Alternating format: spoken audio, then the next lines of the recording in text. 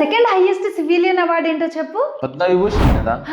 అయితే ఈ ఇయర్ మన ఇండియాలో పద్మవిభూషణ్ అవార్డును 5 మెంబర్స్ సొంతం చేసుకున్నారు. మరి పద్మభూషణ్ పద్మశ్రీ ఎంతమందికి ఇచ్చారు మంజు?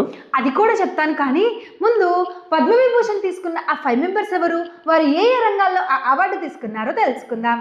ఫస్ట్ వచ్చేసి ధర్మేంద్ర దేవల్ గారు, ఈయన ఆర్ట్స్ రంగంలో ఈ అవార్డును తీసుకున్నారు. అండ్ నెక్స్ట్ వచ్చేసి విఎస్ అచ్యుతానందన్ గారు, ఈయన పబ్లిక్ అఫైర్స్ లో ఈ అవార్డును తీసుకున్నారు. ఇక్కడ ఇంకో మెయిన్ విషయం ఏంటంటే వీరి మరణానంతరం ఈ అవార్డును అందుకున్నారు. ఇంకా కేటీ థామస్ గారు పబ్లిక్ అఫైర్స్ లో, ఎన్ రాజ్యం గారు ఆర్ట్స్ లో, పి నారాయణన్ గారు లిటరేచర్ అండ్ ఎడ్యుకేషన్ రంగంలో ఈ అవార్డును తీసుకున్నారు.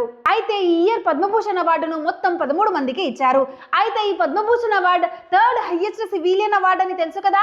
4th హైయెస్ట్ సివిలియన్ అవార్డు అయిన పద్మశ్రీని మొత్తం 113 మందికి ఇచ్చారు. అయితే friends, second highest civilian award Padma Vibhushan అని అనుకున్నాం కదా. అయితే ఫస్ట్ హైయెస్ట్ సివిలియన్ అవార్డు ఏంది? ఆన్సర్ తెలిస్తే కామెంట్ చేయండి. ఈ వీడియో మీకు ఇన్ఫర్మేటివ్గా అనిపిస్తే వీడియోని లైక్ చేసి మన ఛానల్ని సబ్స్క్రైబ్ చేసుకోండి.